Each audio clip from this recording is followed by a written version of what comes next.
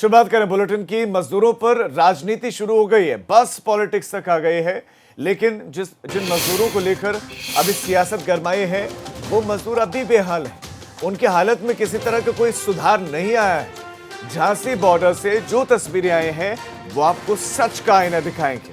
जहां मुंबई, गुजरात से आए प्रवासी मजदूरों का रेला लगा है, लेकिन दर्द यह है कि उनकी राज्य सरकारें उनके लिए काम नहीं कर रही हैं। इसमें कुछ मजदूर बिहार, कुछ बंगाल, तो कुछ बाकी जगहों से आए हैं।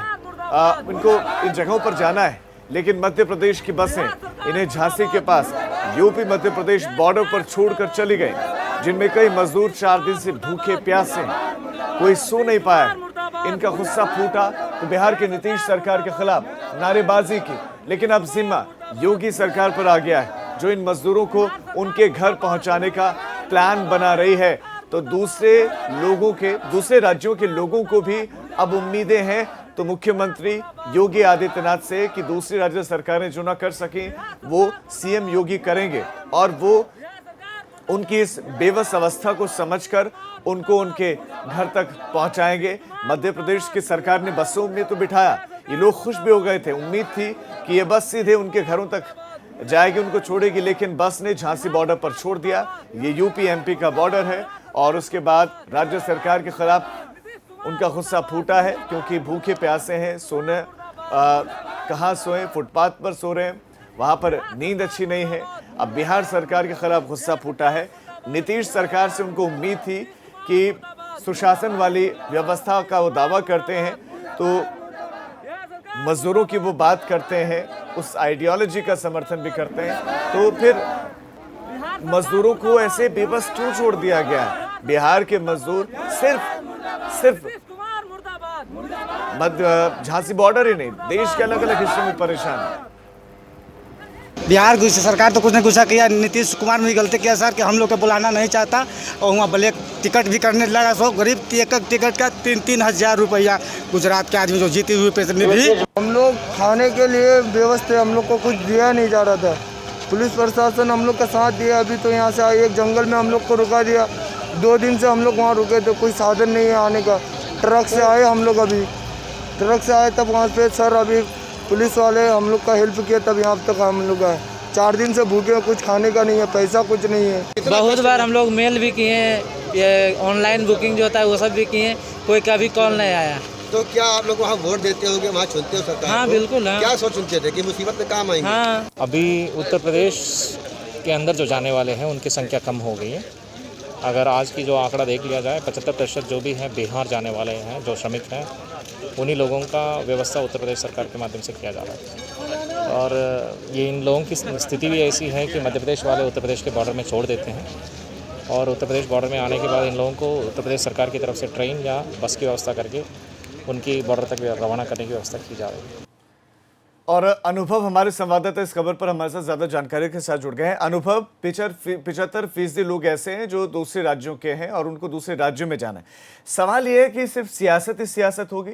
दूसरी तरफ दूसरे राज्यों के लोगों को भी अब अपेक्षा सिर्फ एक व्यक्ति से है, वो है मुख्यमंत्री योगी आदित्यनाथ की, वो कुछ करेंगे। एक सवाल ये भी है कि बसें रवाना तो की जा रही हैं राज्यों से, ये भी कहा जा रहा है कि छोड़ेंगे, लेकिन आधे रास्ते में छोड़ दिया जा रहा है। तो ये आधी अधूरी व्यवस्था क्यों है?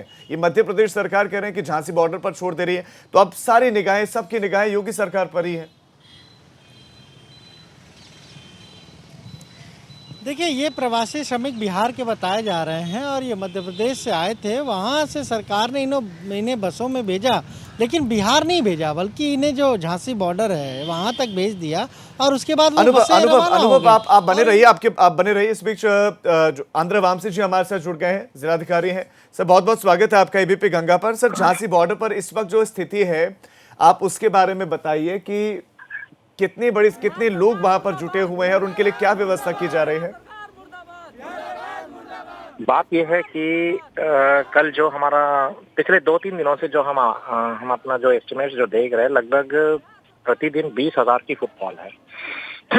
ये 20,000 की जो फुटफॉल है प्रवासी श्रमिकों का, ये मध्य प्रदेश की बॉर्डर से आ रहा है बाय रोड, जिनको मध्य प्रदेश की तरफ से बसेस की व्यवस्था करके बॉर्डर पे छोड़ दे रहा है, जो उत्तर प्रदेश की सरकार की तरफ से बसेस के माध्यम से इनको अपना गंतव्य स्थान तक पहुंचा रहे हैं। एक तो ये हो गया, और दूसरा अगर कुछ भीड़ ज़्यादा बढ़ गई तो फिर तो झांसी रेलवे स्टेशन से भी प्रतिदिन 5-6 ट्रेन एवरेज निकल रही है, मिनिमम 5 ट्रेन तो बिल्कुल निकलती है। और इस सारी जो प्रवासी श्रमिकों की जो संख्या में कम से कम 60% की जो प्रवासी मजदूर जो आ रहे हैं वो है उत्तर प्रदेश की बॉर्डर हो या बिहार से ही जुड़े हैं। साथ में ये भी कहना है कि जो हमारे संसाधन के हिसाब से हम लोग तो खाना वाना तो बांट रहे वहाँ पे, लेकिन व्यवस्था करने में तो 1 घंटा तो तैयारी तो करना ही पड़ेगा, क्योंकि जो बस पे बैठने के लिए और ट्रेन पे बिठाने के लिए 1-2 घंटा तो हमें बफर चाहिए। उसी 1-2 घंटे की बफर टाइम पे ही ये सारी जो भी है भीड़ एकीकृत होने की संभावना ज्यादा होती है। अब हम इसको थोड़ा शिफ्ट कर दिए कि हमारे शेल्टर होम पे लेके जाते हैं, वहां से रेलवे स्टेशन पे लेके जाना, एक तो ये प्रोसीजर शुरू किया। और बॉर्डर पे जो हमारे कम से कम 100 बसेस जो उपलब्ध होती है पूरे दिन भर, और 100 बस प्राइवेट बसेस जो उपलब्ध होती है, उसके माध्यम से जितने लोगों को चढ़ाना है चढ़ा के हम लोग भिजवा देते हैं। इसमें मुझे ये भी कहना है कि राजस्थान का भी भीड़ कुछ आ रहा है और झारखंड का भी आ रहा है और कुछ मध्य प्रदेश का भी आ रहा है। जो सर, एक और चीज आपसे जानना चाह रहा हूँ कि क्या ये अभी हो रहा है या पहले भी ऐसा होता रहा कि बॉर्डर पर ही छोड़ के चले जा रहे हैं दूसरी राज्य सरकारें प्रवासियों को? मैं उस पर कमेंट नहीं करूंगा, लेकिन जो अपने संसाधन के हिसाब से लोग अपना व्यवस्था जो कर रहे हैं वो तो ठीक ही कर रहे हैं। मध्य प्रदेश सरकार का भी यही है कि उत्तर प्रदेश की सरकार से बॉर्डर में जो व्यवस्था और साधन उपलब्ध हो रही, तो इसीलिए तो वो लोग बॉर्डर पे छोड़ दे रहे हैं। लेकिन सबसे बड़ी समस्या क्या है कि रात में ट्रेन आती है, उस ट्रेन के माध्यम से भी झांसी रेलवे स्टेशन पे कम से कम 2500 से लेकर 3000 लोग एकीकृत होते हैं।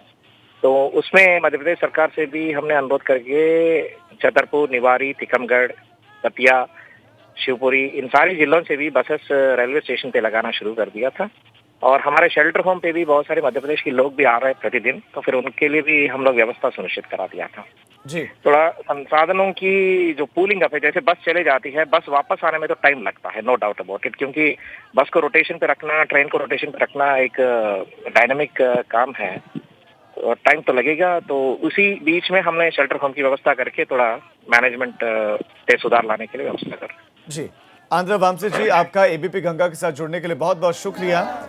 तो जो बात उन्होंने बताई उससे जुड़े हुए सारे जो सवाल आपके जहन में मैं अब अनुभव के सामने रखूंगा। अनुभव, अब सवाल ये है कि क्या योगी सरकार संसाधन संपन्न है? क्या राज्य सरकारों से उन्होंने खुद ही समन्वय बनाया कि आप एक काम करिए कि बॉर्डर पर आकर इन लोगों को छोड़ दीजिए, यहाँ से हम ट्रेन या बसों के माध्यम से छोड़ेंगे, या दूसरी राज्य सरकारों के पास इतने संसाधन ही नहीं है कि वो बॉर्डर तक ही छोड़ पा रही है और उसके बाद चले जा रहे हैं वापस? देखिए, बिल्कुल योगी सरकार तो लगातार इसी कोशिश में जुटी हुई है कि जो प्रवासी श्रमिक हैं उन्हें उत्तर प्रदेश में लाया जाए, और इसीलिए आपने देखा राजीव, सबसे ज़्यादा जो ट्रेनें वो उत्तर प्रदेश में आई हैं।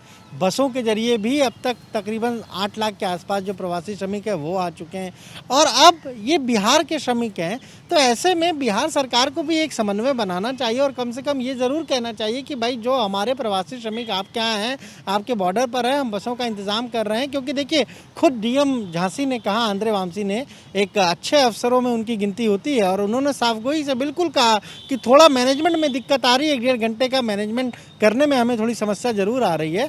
तो ये कम से कम ये करना चाहिए कि बिहार सरकार को एक समन्वय सरकार के साथ स्थापित करना चाहिए, क्योंकि यहाँ पर रहने का इंतज़ाम सरकार कर रही है, राशन का इंतज़ाम कर रही है, पीने के पानी का इंतज़ाम कर रही है, और बसों के जरिए अब वो खुद कह रहे हैं कि या तो ट्रेनों से या फिर बसों से भेजेंगे, लेकिन रोटेशन में है बसें, यानी कुछ लोगों को लेकर जा रही हैं फिर आ रही हैं। ऐसे में अगर बिहार सरकार कोऑर्डिनेट करे, अपनी बसों को भेजे, तो ये जो प्रवासी श्रमिक हैं इनकी मुश्किलें दूर होंगी और वो आसानी से अपने अपने घरों तक पहुंच जाएंगे।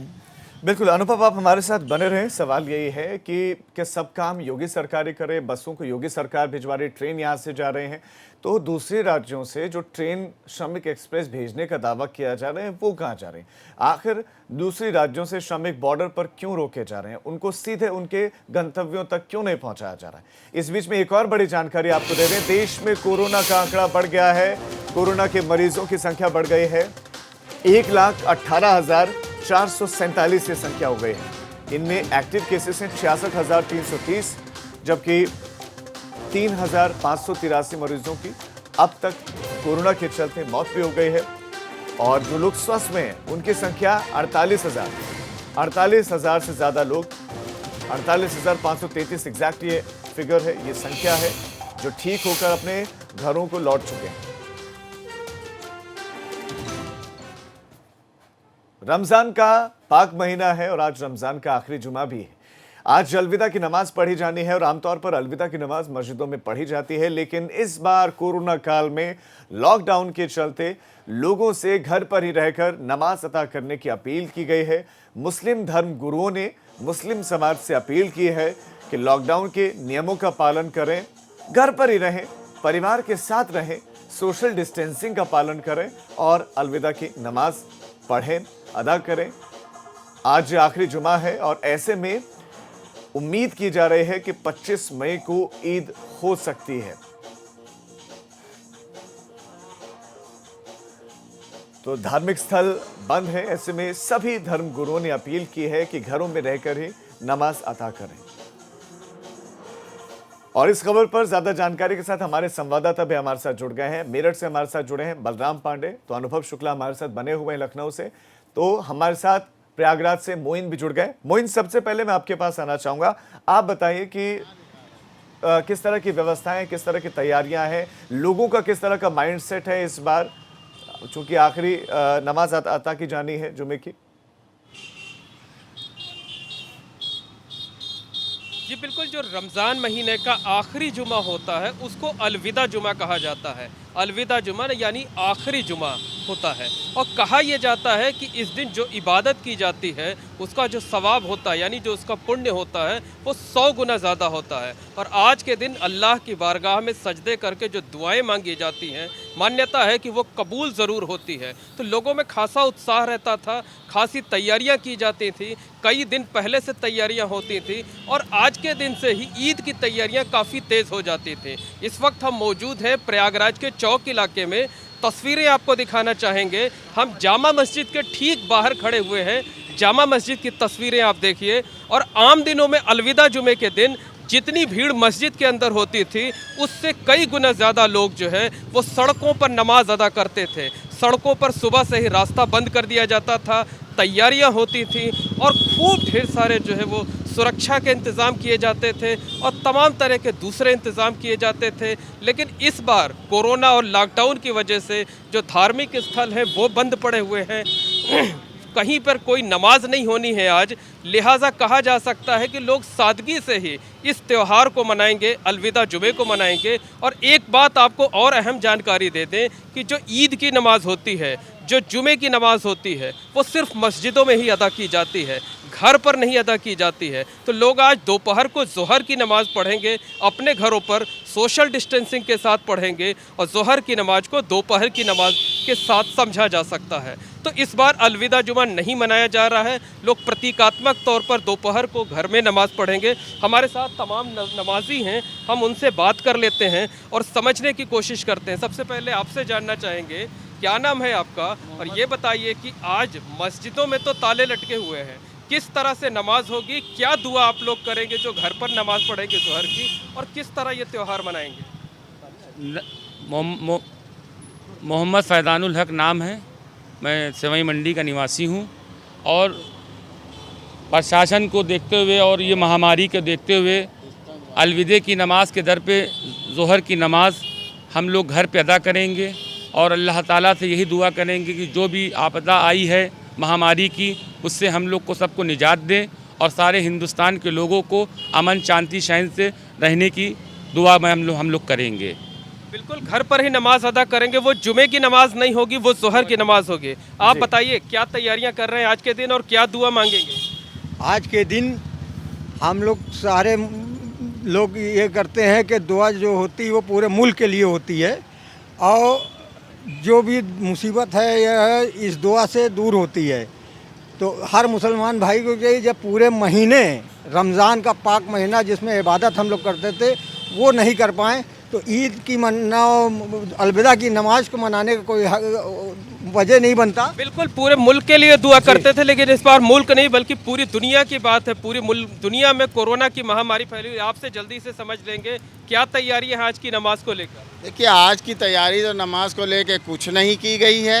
ले दे के जुमे की बात है, अलविदा की नमाज वो घर में लोग जुमे की नमाज पढ़ेंगे, क्योंकि ऐसा कुछ रिवायत नहीं है हमारे यहाँ कि जुमे की अलविदा की नमाज जो है आप अपने घर में पढ़ सकते हो या जुमे की नमाज पढ़ी, अब वो जोहर की ही नमाज घर में पढ़ी जाएगी और इसके लिए मुल्क के लिए इस वबाई बीमारी के लिए लोग घरों में ही नमाज समझ सकते हैं कि आज अलविदा जुमे का दिन है, लेकिन मस्जिदों में नमाज नहीं होगी। लोग घर पर दोपहर की नमाज पढ़ेंगे। लोग जागरूक भी दिखाई दे रहे हैं। आपने आपने जिनसे बात की मोइन, वो सब जागरूक भी दिखाई दे रहे हैं कि सिर्फ देश के लिए नहीं बल्कि विश्व के लिए दुआ कर रहे हैं कि ये आपदा जल्द से जल्द खत्म हो।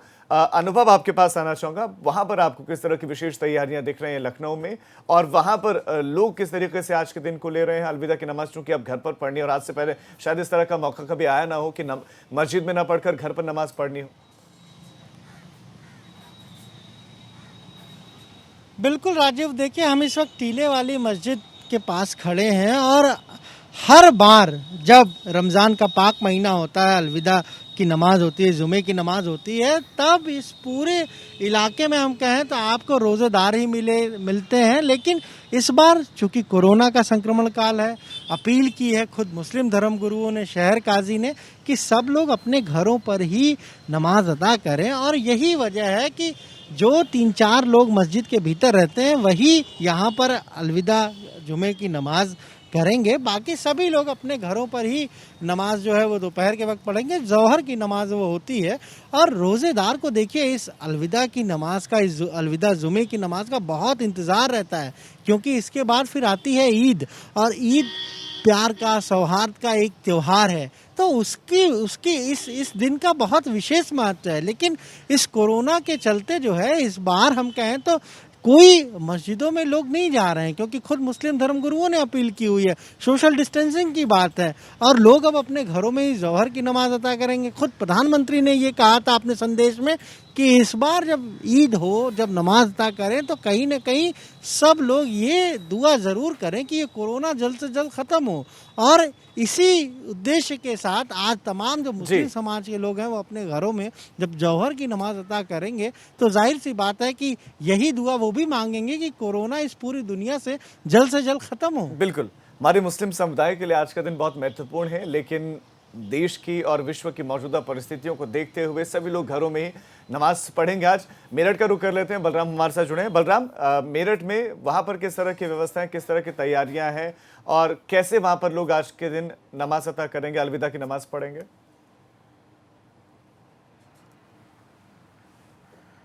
देखिए राजीव, आज रमज़ान का अगर महीना कहा जाए तो उसका आखिरी जुमा है और काफ़ी पाक महीना माना जाता है मुस्लिम समाज के लिए। और यही वजह है कि आज रमज़ान के जो अलविदा की नमाज होती है, आज जुमे की आखिरी नमाज है। इसे अलविदा नमाज भी कहा जाता है। लेकिन कहीं ना कहीं इस बार जो प्रशासन है, जो धर्मगुरु हैं, वो लगातार लोगों से अपील कर रहे हैं कि घरों में ही इस बार नमाज अदा की जाए, क्योंकि जिस तरीके से कोरोना महामारी पूरे देश नहीं पूरी दुनिया में फैली हुई है और उसका प्रकोप मेरठ में भी खासा देखने को मिल रहा है। यही वजह है कि लोग अब घरों में नमाज अदा करेंगे और जो मुअज्जिज़ लोग हैं वही मस्जिदों में नमाज अदा करेंगे। देखा जाता था पहले कि मार्केट पूरे महीने गुलजार रहती थी, देर रात तक मार्केट लगती थी और ईद की तैयारी होती थी, एक दूसरे से गले मिलते थे लोग, भाईचारा बढ़ता था इस ईद के दौरान। लेकिन कहीं ना कहीं इस महामारी ने इस रमज़ान के पाक महीने पे भी असर डाला है। और यही वजह है कि जो धर्मगुरु हैं, प्रशासन है, सरकार है, लगातार लोगों से अपील कर रही है कि वो घरों में ही नमाज अदा करें। और जिस तरीके से महामारी है उसको देखते हुए राजीव, यहाँ के लोग भी काफ़ी सतर्क हैं और काफ़ी ज़्यादा इस महामारी को लेकर के वो एहतियात बरत रहे हैं। और यही वजह है कि चाहे वो धर्मगुरु हो, चाहे प्रशासन हो, सभी की बातों को मान रहे हैं। और कुल मिला के ये कहा जा सकता है कि मेरठ हो या सहारनपुर हो या मुजफ्फरनगर, सभी जगह घरों में नमाज अदा की जाएगी। और जो मस्जिद है वहाँ पर जो मौलाना है, जो मुअज्जिज़ लोग हैं, वही नमाज अदा करेंगे। और उसमें भी सोशल डिस्टेंसिंग और सैनिटाइजेशन, मास्क लगाकर ही करेंगे। तो कहीं ना कहीं जो प्रशासन की गाइडलाइन है उसका पालन किया जा रहा है। और पूरी तरीके से जो मस्जिदों के बाहर अगर देखा जाए तो सुबह से ही वहाँ पर पहले जन सैलाब देखने को मिलता था अलविदा की नमाज को, लेकिन आज वहाँ सन्नाटा पसरा हुआ है। तो कहीं ना कहीं प्रशासन और धर्मगुरुओं की जो बातें हैं उसको लोग मान रहे हैं। लोगों ने बिल्कुल एहतियात के उनको तौर माना पर भी है। घरों जी में ही बलराम आपका, मोइन आपका और अनुभव आपका इस तमाम जानकारी के लिए धन्यवाद। तो अलविदा जुमे की नमाज आज पढ़ी जानी है और इसको लेकर लोगों में भी जागरूकता दिखाई दे रही है। वो घरों में ही आज नमाज अता करेंगे। अब एक छोटे से ब्रेक के लिए हम रुक रहे हैं।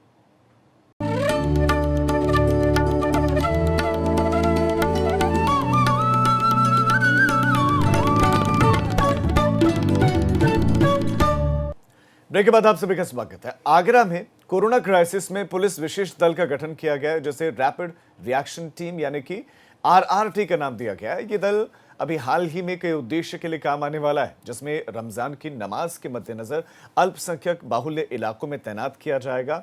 तो वहीं हॉटस्पॉट से लेकर कहीं शांति व्यवस्था की स्थिति उत्पन्न होने पर, कहीं पर शांति व्यवस्था खराब ना हो, वहां इनकी ड्यूटी लगाई जाएगी और इस दल में अभी 35 पुलिसकर्मियों को रखा गया है। आगरा से नितिन उपाध्याय हमारे संवाददाता इस खबर पर और ज्यादा जानकारियां आपको देंगे।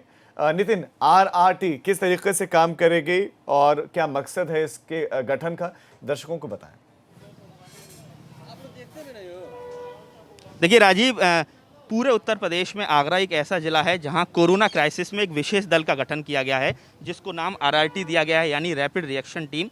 चूँकि इस समय कोरोना संकट काल चल रहा है, जगह जगह हॉटस्पॉट में भी पुलिस पहुंच रही है, लोगों को आइडेंटिफाई कर रही है, कॉन्टैक्ट ट्रेसिंग कर रही है। रमज़ान का पाक महीना चल रहा है, तो ऐसे में अलविदा की आज नमाज है, इसके साथ ही ईद आने वाली है। तो बड़े कई सारे ऐसे शहर में कहा जाए कार्यक्रम रहने वाले हैं और इसके साथ ही एहतियात के तौर पर कहीं कोई शांति भंग की आशंका ना हो, इसके लिए एक वेल इक्विप्ड एक टीम का गठन किया गया। आप देख सकते हैं तस्वीरों में काफ़ी डिसिप्लिन्ड ये फोर्स नज़र आ रहा है। पूरी तरह से कहा जाए कि कोरोना क्राइसिस है तो पूरी तरह से रक्षा कवच ये धारण किए हुए हैं, मास्क, सैनिटाइजर से लेके सब चीज़ उनको वेल इक्विप्ड हैं। आप देख सकते पूरी किट नज़र आ रही है। RI आगरा हमारे साथ हैं राकेश जी, आप बताइए किस तरीके से ये बल काम करेगा। सर, ये कोरोना क्राइसिस के देखते हुए इस टीम को गठन किया गया वरिष्ठ पुलिस अधीक्षक महोदय के आदेशानुसार, और ये हॉटस्पॉट क्षेत्र में किसी भी कानून व्यवस्था को, शांति व्यवस्था स्थापित करने के लिए ये फोर्स हमेशा सक्षम होगा, अपना कार्य सबसे। इस समय रमज़ान का महीना है, अलविदा की नमाज है, तो जो माइनॉरिटी डोमिनेटेड एरिया है वहाँ भी इसका काफ़ी ज़्यादा यूज़ आने वाला है। बिल्कुल, आपका कहना है कि देखते हुए, रमज़ान के देखते हुए और 2 दिन बाद ये आने वाली है, तो इस वजह से इस फोर्स का गठन किया गया है ताकि शहर में अमन चैन की शांति व्यवस्था बनाए रखी जा सके। तो समझ सकते हैं पूरी तरह से आगरा पुलिस मुस्तैद है। नितिन, मैं चाहता हूं आप उनसे पूछें भी कि जो अन्य टीमें होती हैं या तो अन्य पुलिसकर्मी जिन एक अलग संसाधनों से प्रयास संपन्न है, होते एक हैं, अनूठा इनमें क्या प्रयास अलग है जी? आगरा पुलिस का।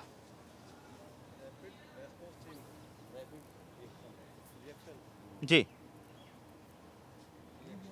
नितिन, मैं चाहता हूं कि आप उनसे पूछें कि ये टीम दूसरी टीमों की तुलना में अलग कैसे होगी, क्या अलग इनके पास इक्विपमेंट्स हैं, कैसे ये दूसरों से अलग हैं और इनकी कार्यशैली और दूसरी टीम की कार्यशैली कैसे अलग होगी, क्या अलग होगा? बिल्कुल, RI आगरा हमारे साथ। आपसे जानना चाहेंगे ये दूसरे फोर्स से अलग कैसे है? आपकी कई सारी विशेष दल हैं, स्पेशल सेल हैं, ये उससे अलग कैसे है? देखिए, पूरी तरह से इनको प्रशिक्षित किया गया है वरिष्ठ पुलिस महोदय के आदेशानुसार, और इनको विशेष से प्रशिक्षित करते हुए इनको डायरेक्शन दिया गया है कि कानून व्यवस्था स्थापित करने जैसे हॉटस्पॉट क्षेत्रों में कैसे काम किया जाएगा, इसलिए अलग से टीम गठन किया गया। तो आप समझ सकते हैं काफ़ी पूरी तरह से ट्रेंड किया गया है। इस समय मॉर्निंग का टाइम है, आप देख सकते हैं पूरी तरह से वेल इक्विप्ड हैं, जैकेट पहने हुए हैं, और कहा जाए कि जो ऐसे इलाके हैं जहां हो सकता है कि शांति भंग की आशंका हो सकती है, वहां इस विशेष दल को डिप्लॉय किया जाएगा। और इसके साथ ही चूंकि कोरोना क्राइसिस चल रहा है, तो किसी भी तरह का कोरोना का संक्रमण ना फैले, इसके लिए सभी को मास्क दिए गए हैं, सैनिटाइजर दिए गए हैं, ग्लव्स दिए गए हैं। तो पूरी तरह से टीम तैयार फोर्स है और कहा जा सकता है कि पूरे उत्तर प्रदेश में आगरा ही एक ऐसा जिला है जहां कोरोना क्राइसिस में एक विशेष दल का गठन हुआ है, जिसका नाम दिया गया है RRT। नितिन, आपका इस तमाम जानकारी के लिए धन्यवाद। तो नई टीम का गठन किया गया है और ये टीम अब अलग अलग जगहों पर मोर्चों को संभालेगी। अब आगे बढ़ रहे हैं। अब बिल पॉलिटिक्स पर सियासत, राजनीति गर्मा गई है प्रदेश में। राजस्थान सरकार पर मायावती ने हमला बोला है। राजस्थान सरकार पर मायावती का हमला, खबर बहुत बड़ी है क्योंकि बिल पॉलिटिक्स, बिल थमा दिया गया योगी सरकार को और इस पर मायावती का रिएक्शन है। बसपा प्रमुख मायावती का रिएक्शन कि कोटा से छात्रों को लाने का किराया मांगना अमानवीय है। यह अमानवीयता है, राजस्थान की कंगाली दर्शाती है ये मांग। मायावती का ट्वीट सिलसिलेवार ट्वीट किए हैं मायावती ने और मनमाना किराया वसूल रही है राजस्थान सरकार। ट्वीट करके उन्होंने कहा कि ये मांग दर्शाती है कि राजस्थान में कंगाली है। राजस्थान की कंगाली को ये मांग दर्शाती है क्योंकि कोटा से जिन छात्रों को लाया गया, जिन बसों के द्वारा लाया गया, पेट्रोल डीजल का खर्चा, उन बसों के किराया सब योगी सरकार से वसूला गया। तो इस बुलेटिन में फिलहाल इतना ही, लेकिन उत्तर प्रदेश और उत्तराखंड की तमाम खबरों के लिए आप देखते रहिए एबीपी गंगा, खबर आपकी, जुबान आपकी। और एक छोटे से ब्रेक के बाद देखिए उत्तराखंड प्राइम।